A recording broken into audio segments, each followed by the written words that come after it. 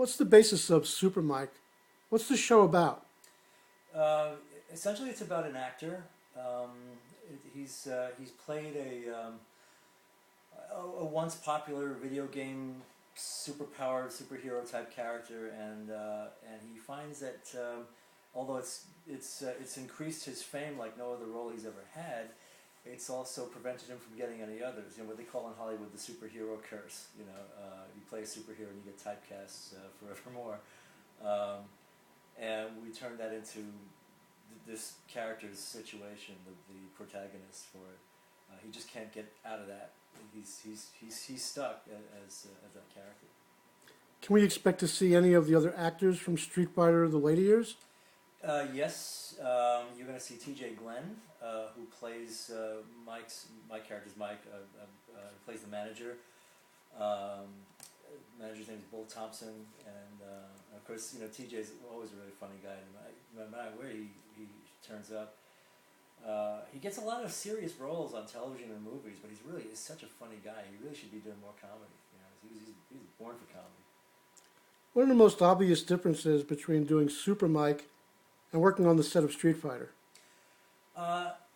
Street Fighter was the first location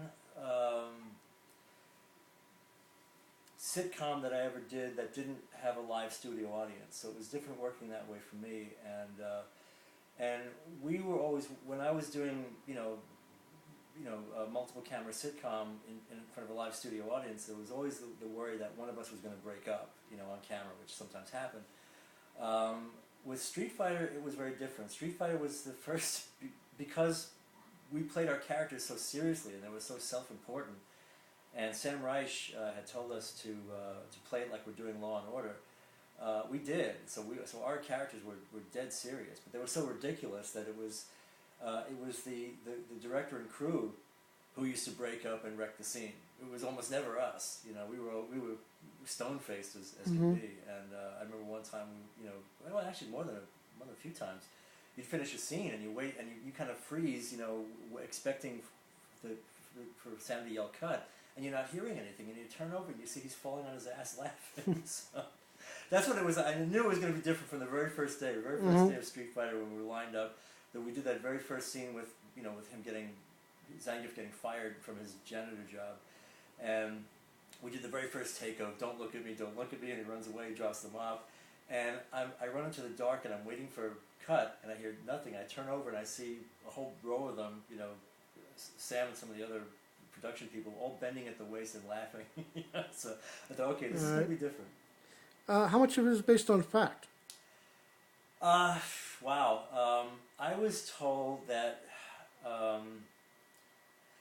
a lot of my career, some of the things that have happened in my career are just so ridiculous and so funny that they would not, right, or not funny, that they would be funny if presented in a comic format. So we took some of those things, the whole typecasting stuff, and we just mixed it freely with with exaggeration and sometimes, a lot of times, complete fabrication. And we just stir up this comic stew into SuperMike. We've taken some of the most embarrassing parts of my career and just blown them up, made them bigger than they should be, and then mixed them up with just completely crazy mixed up stuff and made up stuff, and that seems to work. What does this mean for the future of Street Fighter Reunion? And what is the status of that right now? Well, we're still working on Street Fighter Reunion. We're still trying to secure the funding for that, and getting the licensing rights from Capcom at the same time. So we're dealing with both of those issues at the same time, and sometimes one cancels the other out because it's a catch-22 situation where you have to do the two together. So we're trying to achieve that at the same time, getting the rights and getting the funding at the same time, and making it work, and getting the attorneys involved. It's a very long, complicated process. The show's ready to go. We got almost the whole cast. We lost only one of our stars. We have the whole crew. We're just ready to go with it, and we got to get through all the suits now, but we're definitely ready to do it. We have already well beyond the pilot episode written, well into the first season of episodes, ready to just crank them out. And it's gonna be a good show. Are you targeting Street Fighter fans and Drummer Bear fans? Oh, absolutely, yeah. And you know, drummer bear fans. That's a whole different market because that's kind of the adult market, or it's the bear community market. And yeah, we worked the whole drummer bear thing into the script also. You know, because I did really do that. And so yeah, we're going for a bear audience, bear community audience worldwide as well, and bring them into it too. Because Zangief was the most important bear character ever in video games because he was the first. He was the first, superstar video game fighting character that was a bear, and certainly the first fighting game character of any kind who was a bear. So, so it was an honor to be drummer bear and be cast to play him. So yeah, so we're going to bring in that crowd too. Who's putting all this together? It's a brand new company called bitesizesnacks.net, and essentially it's going to be, probably the best way I can describe it is like they're the HBO of the web series world. It's going to be a hell of a lot more daring than anything you've ever seen in web series. It's really going to push the envelope a lot more than just about anyone else has. Barring College Humor and Street Fighter. Street Fighter the later years pretty much set the standard and raised the bar for every web series you see today.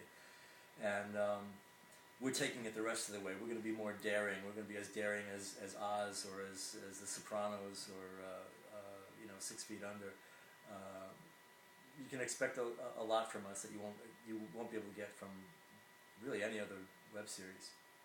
Well, what else can we expect from bitesizesnacks.net, and will you be involved in any of those productions too? There's a whole bunch of projects lined up that are in development right now. There are two more that I'm involved in. One is a comedy, also a comedy. It's very kind of 60s kind of formula comedy in the vein of Bewitched or I Dream of Jeannie. It's called You Kill Me. I play a ghost in that one. And one is a superhero science fiction, outer space thing starring a bear. It's called Major Ursus. He's a superhero, and he's a former astrophysicist who he's also a professional wrestler. He's done all those things, and he decides to just leave humanity and live naked in the woods in a cabin on a hill, and then but then he becomes a superhero and goes into outer space and has all these crazy adventures.